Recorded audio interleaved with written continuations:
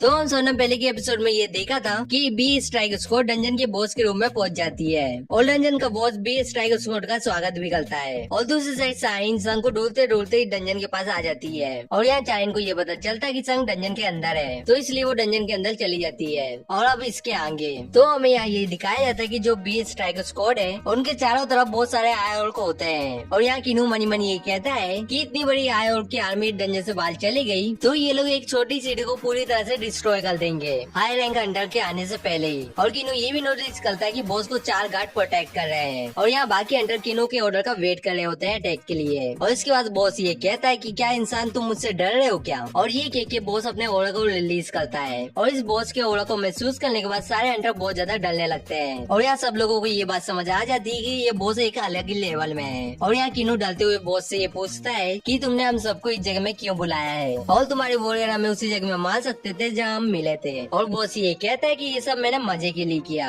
और मेरे सोल्जर कब से इस डंजन के अंदर है, तो इसलिए मैं अपने सोल्जर को तुम्हें एक एक करके मार के एंटरटेन करने वाला हूँ। लेकिन तुम्हारे बीच में एक स्ट्रेंज बीइंग भी है। और ये सब सुन के कियून बहुत ज्यादा हैरान हो जाता है और यहाँ कियून मनी मनी ये सोच रहा होता है कि ये लोग बस हमें एंटरटेनमेंट के लिए यूज कर रहे हैं और इन लोगों को हमें ओपोनेंट भी नहीं लगते हैं और जो हमारी लाइफ है वो इनके लिए एक टॉय जैसी है जो ये लोग खेल के फेंक सकते हैं। लेकिन किनून अपने सेंस में आके ये कहता है कि सबको एक साथ अटैक करो। लेकिन किनून जैसे अटैक करने के लिए आगे बढ़ता है वो ये रियलाइज करता है कि उसके सारे टीममेट एक ही जगह में खड़े हैं बस, और वो सब इतना ज्यादा डर चुके हैं इसलिए वो हिल तक नहीं पा रहे होते हैं। लेकिन इसके बाद भी किनून अपनी पूरी ताकत का यूज करके बॉस के ऊपर अटैक करता है। लेकिन यहाँ बॉस अपनी शील्ड को एक्टिवेट कर लेता है और उसके बाद किनून उनको जमीन में फेंक देता है। और इसके बाद बॉस लेविटेशन और ग्रेविटी मैजिक का यूज करता है और डंजन का बॉस बार बार किनून को ऊपर और नीचे फेंक रहा होता है लगातार। और बाकी सारे हंटर किनून की ये हालत देख के बहुत ज्यादा रोने लगते हैं और यहाँ किनून की एकदम मरने जैसी हालत हो चुकी थी। लेकिन यहाँ संग किनून के पास आके ये कहता है कि मुझे ये पता कि ये डंजन हंटर गिल्ड को बिलोंग करता है और इसलिए मुझे इसमें इंटरफेयर नहीं करना चाहिए। लेकिन यहाँ देखने से ऐसा लग रहा है कि यह हाई और लोग तुम्हारे पूरे स्ट्राइक स्वॉर्ड को खत्म कर देंगे,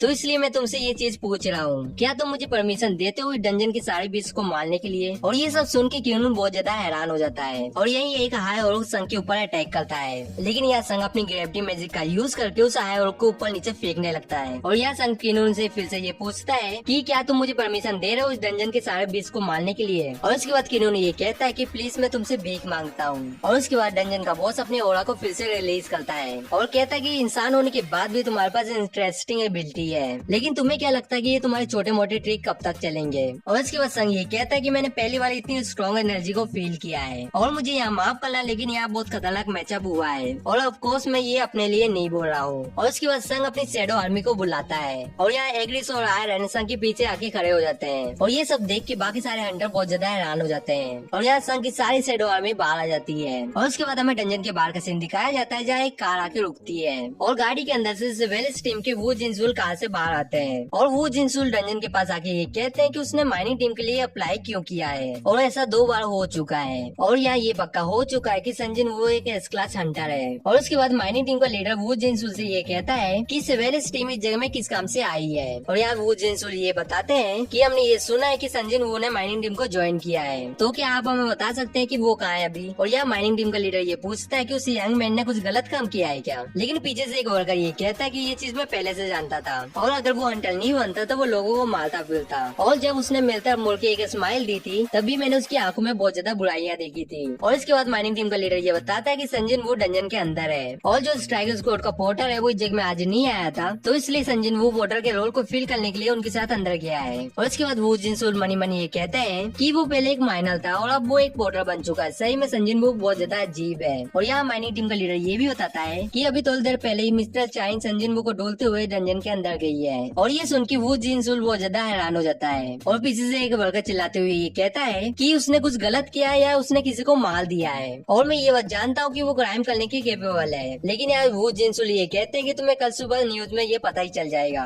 और इसके बाद यहाँ सारे वर्कर ये बात कर रहे होते हैं कि संजिन वो ने क्या किया होगा। और यहाँ सर्वेलेंस टीम डंजन के अंदर जा रही होती है, लेकिन यहाँ वो जिंसुल अचानक से बहुत खतरनाक एनर्जी को महसूस करते हैं। और इसके बाद वो जिंसुल हैरान होते हुए ये कहते हैं कि ऐसा नहीं हो सकता और ये मैंने बस कुछ सेकंड के लिए फील किया था, लेकिन मुझे उस टाइम में ऐसा लगा कि कोई मेरी बॉडी का टुकड़े टुकड़े कर रहा है। और उसके बाद ये लोग डंजन के गेट को मेजर करने के लिए मीटर को मंगाते हैं और मीटर के अंदर 94,218 रेटिंग देखने के लिए मिलती है। और ये देख के वो जिंसुल बहुत ज्यादा हैरान हो जाते हैं और वो ये कहते कहते हैं कि ये ए रैंकिंग का सबसे हाई रैंकिंग का गेट है और जो एसोसिएशन है उन्होंने गलती कर दी है मानामीटर को नापने में। और वो जिनसुन मनी मनी ये कहता है कि अगर ये एक ए रैंकिंग के स्ट्राइक स्क्वाड होती तो हमें बहुत ज्यादा मुश्किल हो जाती, लेकिन अभी डंजन के अंदर 2 एस रैंकिंग के अंडर है, इसलिए सब कुछ ठीक ही रहेगा, लेकिन तब भी हम सबको अंदर जाना ही पड़ेगा। और इसके बाद हमें डंजन के अंदर का सीन दिखाया जाता है जहाँ ढेर सारे हाई और मरे हुए होते हैं। और यहाँ चाइन ये कहती है कि सन क्यून ने इन सारे हाई और को मारा है। और यहाँ चाइन को ये बात समझ नहीं आ रही होती है कि उन सब ने इन सारे बीस्ट को डिफीट कैसे किया है, लेकिन यहाँ अचानक से चाइन को बहुत पावरफुल माना हुआ फील होता है। और चाइन ये कहती है कि अगर ये बॉस के रूम से आ रहा है तो सन क्यून की टीम का कोई भी मेंबर सर्वाइव नहीं करने वाला। और यहाँ चाइन अपने एक्स को लेकर अंदर जाने लगती है और उसके बाद हमें बॉस के रूम में ले जाया जाता है जहाँ सन की शैडो आर्मी और सेवन की और आर्मी एक दूसरे के सामने खड़ी होती है। और सेवन यहाँ ये कहता है कि तुम क्या प्लान कर रहे हो, क्या तुम अपनी छोटी आर्मी से मेरे आर्मी से लड़ने वाले हो। लेकिन यहाँ सन स्माइल करते हुए ये कहता है कि तुम इस चीज के लिए बहुत ज्यादा पछताओगे कि तुम मुझे और मेरी शैडो आर्मी को बहुत ज्यादा कम समझ रहे हो। और यहाँ संग अपनी एबिलिटी मोनार्क डोमेन का यूज करता है और उसकी वजह से संग की जो शैडो आर्मी होती है उसकी 50% स्टेज इंक्रीज हो जाती है। और संग को ये एबिलिटी डीमन क्रिस्टल में मिली थी जब उसकी लेवल 70 हो चुकी थी। और संग ये भी कहता है कि उस टाइम के बाद मेरे शैडो सोल्जर और ज्यादा पावरफुल हो चुके हैं। और यहाँ एक स्ट्राइक स्क्वाड की एक अंडर ये कहती है कि जग में हो क्या रहा है, और एक और अंडर ये कहता है कि ये चीज कोई भी सेंस नहीं बना रही है क्योंकि मैं भी बस 2 ही बिस्ट को समन कर सकता हूँ। और ब्लैक मैजिक ये कहती है कि कैसे एक इंसान केपेबल है डार्क मैजिक को व्हील करने में। और डंजन का बॉस ये कहता है कि तुम किस चीज का वेट कर रहे हो, एक साथ उसके ऊपर अटैक करो।